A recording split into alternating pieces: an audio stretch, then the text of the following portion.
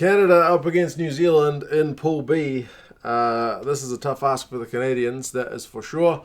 New Zealand, having had a long break, get back into the action. They're third in the pool, behind Italy and South Africa, but remember they've played a game less, so we'll see how the All Blacks go with that big break they played on the opening Saturday against South Africa, whereas the Canadians more recently played on the Thursday against Italy, so shorter turnaround for them.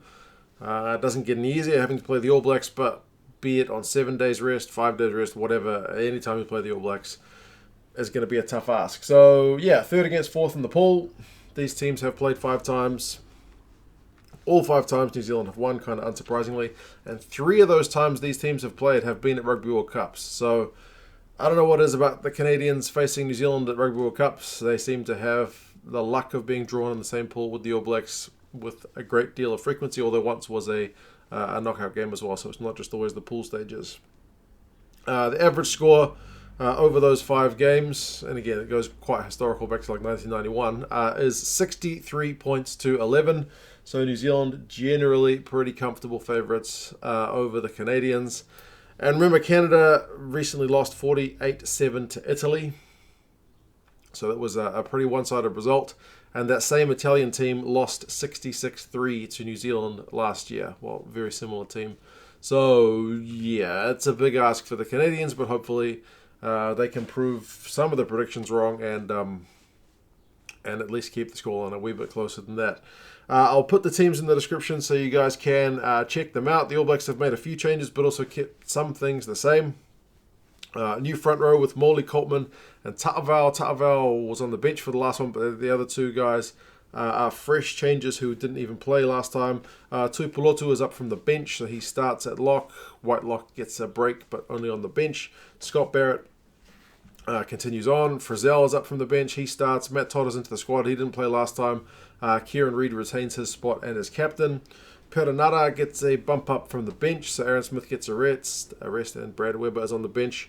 The interesting one is probably the fact that Mo'unga and Barrett are still at Beauden at 10 and 15. Steve Hansen in the press conference basically said these guys need more time to play together. That's why they're playing them. He said they're not doing badly, but they need more time. So they're getting more time. There was a little bit of talk about Jordie Barrett possibly playing 10 for this one, but no, it's still Mo'unga and Bodie Barrett.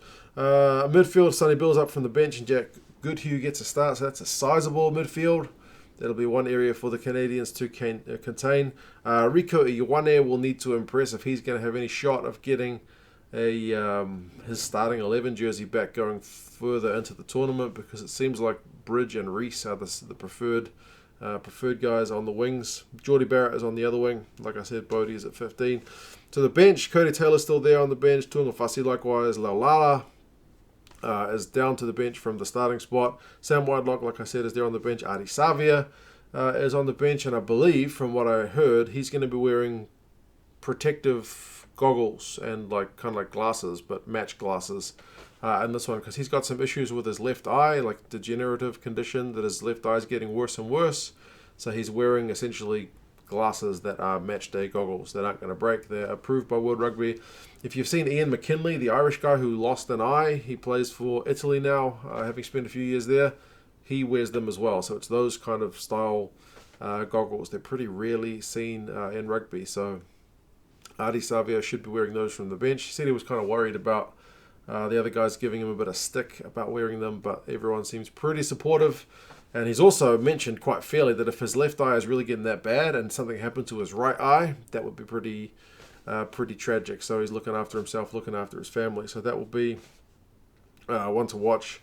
As I said, Brad Weber's on the bench. Ryan Crotty has moved to the bench, and Ben Smith maintains his spot on the bench too. For Canada, they've made a fair few changes.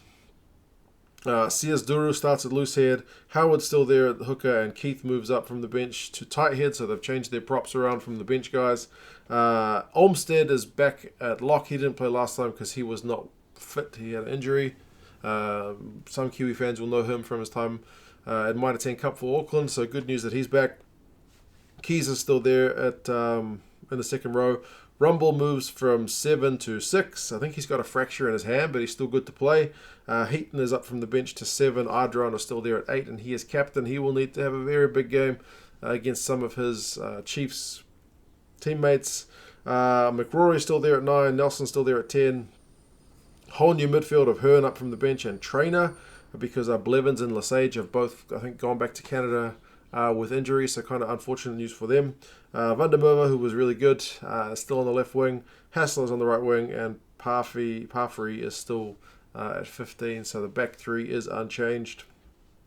Quatrin, Ilinicki, Shepherd, and Phil Mack, the veteran, Taylor Paris are all into the squad on the bench. Otherwise, it's pretty stable from the side we saw last week. So, yeah, it is going to be a tough ask. I think all of us would like to see the Canadians do well, but the All Blacks definitely want to blow this one out of the water. They want a bonus point win. They certainly don't want to be third in their pool. Injury-free, hopefully, for everybody, and hopefully a good game all round. Rugby forecast, the algorithm has got All Blacks by 50. The bookies have got the All Blacks by 67. I can't help but look back at that Italian result that the All Blacks got last year, where they beat Italy by 60. And Italy demolished Canada last week. So that being said, in that game against Italy, Canada had a bunch of chances they fluffed. So that game, Canada could have got 20 plus points. So I hope they take more of their chances, because they will probably be fewer and far between this time. But Canada takes some chances. Injury-free game. All Blacks bonus point. I'll take that all the way to the bank. But yeah, hopefully it's not a massive like 80-point blowout, because that would be, nobody benefits from that. But yeah, you guys let me know your thoughts on this one, and I'll talk to you again soon. See you later.